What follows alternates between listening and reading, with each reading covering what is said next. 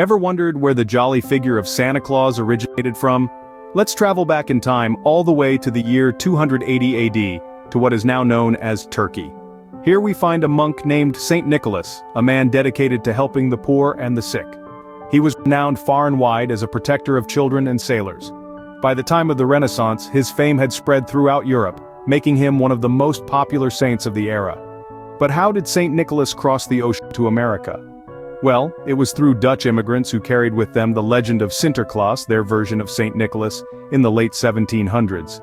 Sinterklaas was a beloved figure in their culture, and they were eager to share his story in their new homeland. So the story of Santa Claus begins with a kind monk named Saint Nicholas.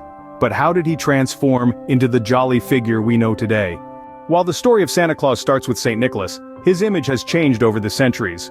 This transformation began in early America, where Christmas was not initially a widely celebrated occasion.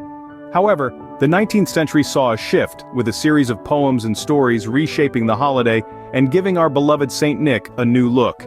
In 1809, Washington Irving's book, Knickerbocker's History of New York, presented Santa as a pipe-smoking figure who delivers presents. This depiction was a far cry from the Saint Nicholas of old, introducing a novel, festive element to the character.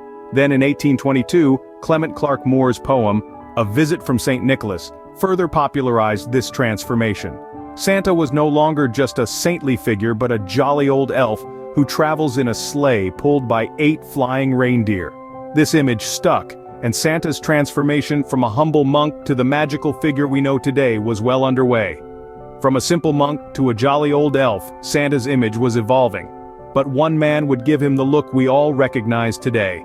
The modern image of Santa Claus as we know it was largely shaped by a political cartoonist named Thomas Nast. In the year 1881, Nast gifted the world with an illustration that would forever change our perception of Santa. He depicted him as a round, jolly man with a white beard and a sack of toys, dressed in undersized long johns. Nast went a step further and portrayed Santa sorting letters from parents of good and naughty children, adding a touch of magic and mystery to his character. But the story doesn't end there. In 1939, Robert L. May introduced us to Rudolph, the red-nosed reindeer. This tale of the underdog reindeer with a glowing nose who guides Santa's sleigh on a foggy Christmas Eve added another layer to the rich mythology of Santa Claus. And there you have it.